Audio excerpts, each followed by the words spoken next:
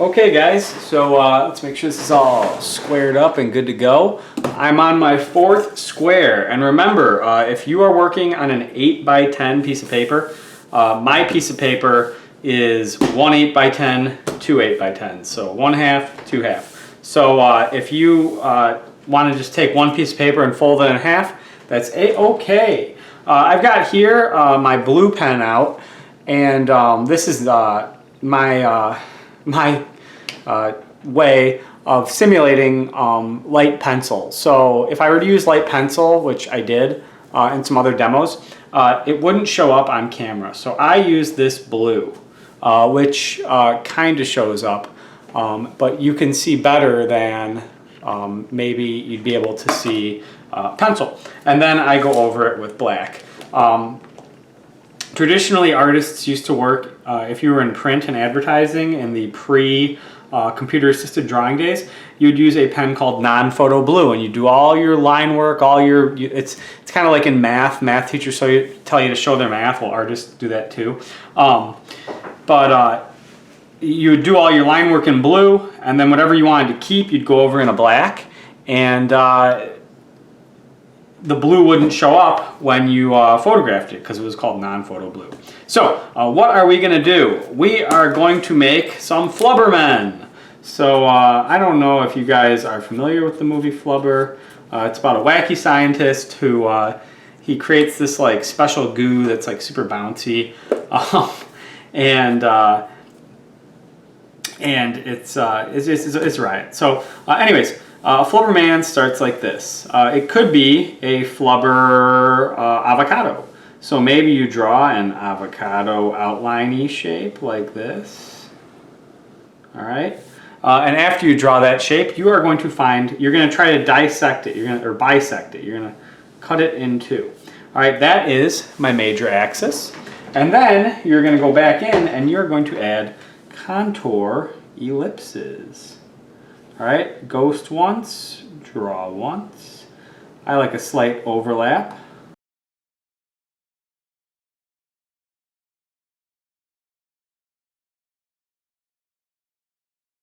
If you notice you repeat the same mistake twice on your ellipses, try to correct it. So you'll notice on these ellipses I had kind of like a loose end.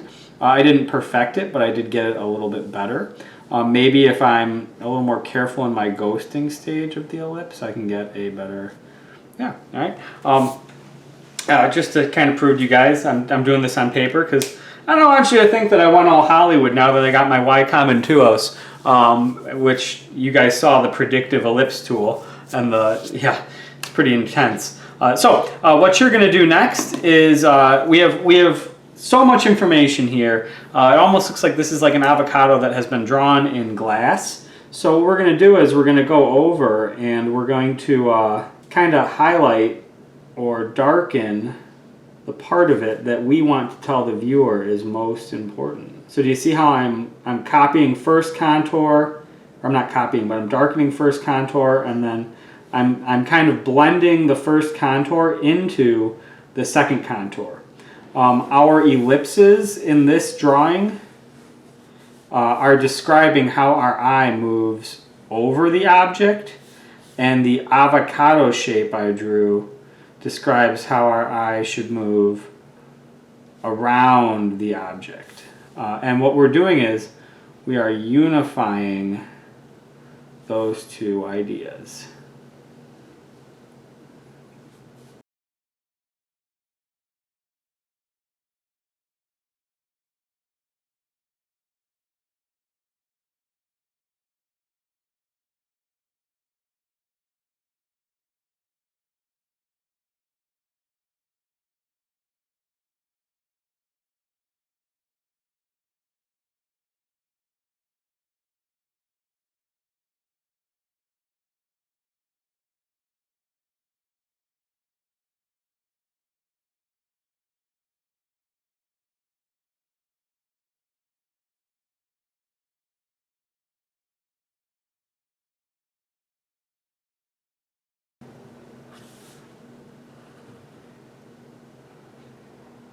And then when I get down to here, I'm just going to do edge to edge.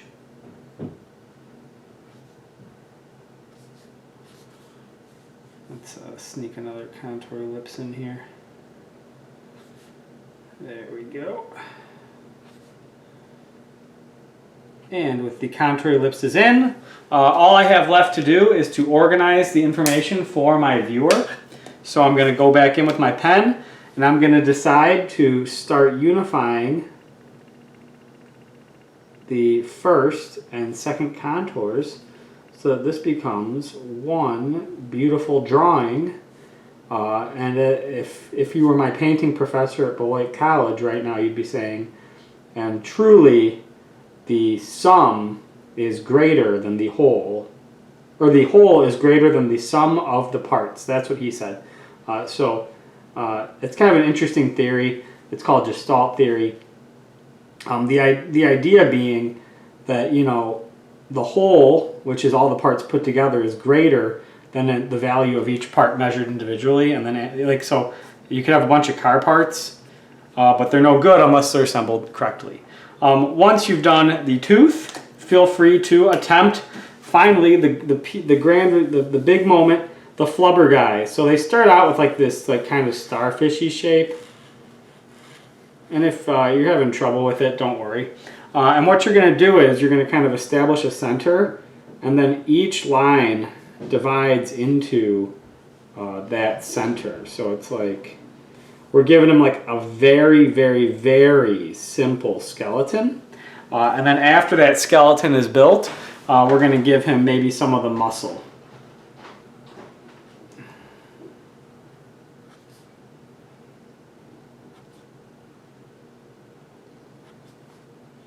And if you get to a sticking point, I would just start working in from a different side.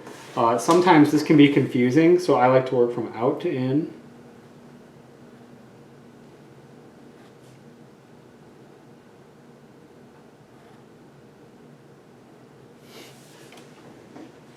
I think that last one was not my best work. And we'll just kind of let the center figure itself out. It's so funny, but it's like there's some times where I'm just like, oh, okay, this isn't working. And it's just because all your line is like super blue. So here we go. We're going to let the center work itself out. But I am going to begin to outline all my wonderful line work.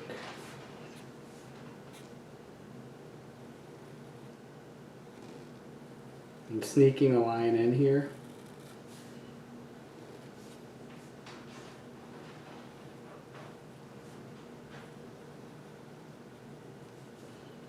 So the one thing I noticed when I was working on the Wacom and it was fixing all my lines for me was how nice my lines looked when they came out good. So now I'm being like a little more careful to get my lines just right.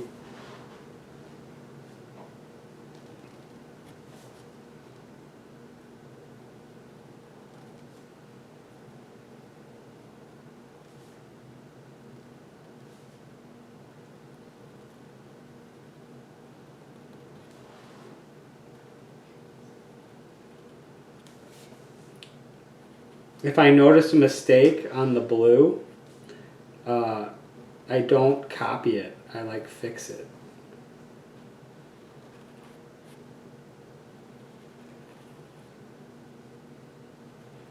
Alright, there we go. So there's my little flubber guy. Like, look at him, he's waving, he's saying he's saying hi. So these guys are a ton of fun. And what I would say is you're going to want to do, 5 of one of these. So maybe that looks like 1 avocado, 2 teeth, and 2 flubbers. But it's like, you want to have your own, you want to have an understanding of your own ability level. So if avocados are anything that are working out for you, stick with them. Don't do these, just do 5 avocados. If you can do avocados after 3 and you're like, this is boring, okay, move up and do like a tooth. If you've been drawing for a while and you're like, oh my gosh, I totally have this, do all flubber guys. If you're like, oh my gosh, like who signed up for this? This is really difficult, and you're like, or maybe you've got a lot going on and just don't have the bandwidth for this right now, either literally or figuratively. You can do more of these. You can do more line-based design. Especially in these early stages of the class, what we're trying to do is we're trying to determine what our ability level is so that we can be a master of it. So anywho, thanks for coming to the demo. Take care.